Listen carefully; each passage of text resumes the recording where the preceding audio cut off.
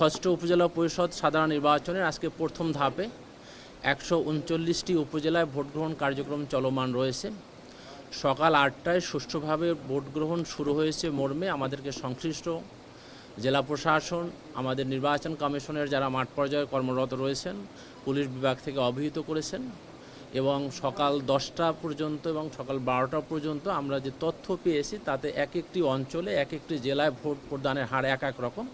ফলে আমরা গড়ে কত পার্সেন্ট ভোট পড়েছে সেটা আসলে সুনির্দিষ্ট করা সম্ভব না হলেও আমরা প্রাপ্ত তথ্য অ্যানালাইসিস করে দেখেছি গড়ে অঞ্চলভিত্তিক 15 থেকে 20% হারে ভোট কাস্ট হয়েছে দুপুর 12টা পর্যন্ত। যে প্রাপ্ত তথ্যগুলো মানে যে তথ্যগুলো আপলোড করা হয়েছে তার ভিত্তিতে হয়তো আমরা মানে ভোট প্রদানের হারটা আপনাদেরকে জানাচ্ছি।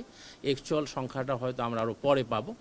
আর বড় ধরনের কোথাও কোনো দুর্ঘটনা ঘটেনি। দুই একটি জায়গায় বিচ্ছিন্ন ঘটনা যেখানে ঘটেছে আইনশৃঙ্খলা রক্ষাকারী বাহিনী সেখানে কঠোর ব্যবস্থা নিয়েছেন। আপনারা ইতিমধ্যে দেখেছেন যে আমাদের খাগড়াছড়ি জেলার লক্ষ্মীছড়ি উপজেলার একটি ভোট কেন্দ্রের বাহিরে গণ্ডগোল হওয়াতে সেখানে ভোট গ্রহণ কার্যক্রম স্থগিত করা হয়েছে।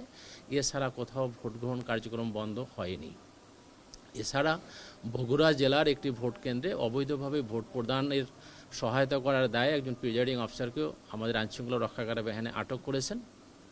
আর দুই একটি জায়গাতে কেন্দ্রের বাইরে বিচ্ছিন্ন ঘটনা ঘটেছে মর্মে আমরা জেনেছি, কিন্তু সেটা উল্লেখযোগ্য কোনো ক্ষয়ক্ষতি বা এরকম কিছু হয়নি।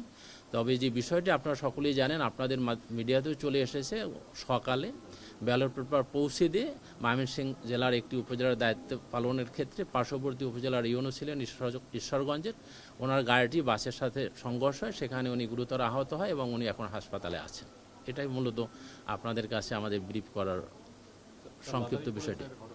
মাদারীপুর এটা কেন্দ্রের বাহিরে, কেন্দ্রের মধ্যে না, যার কারণে সেখানে ভোট গ্রহণ কার্যক্রম কোনো বাধাগ্রস্ত হয়নি।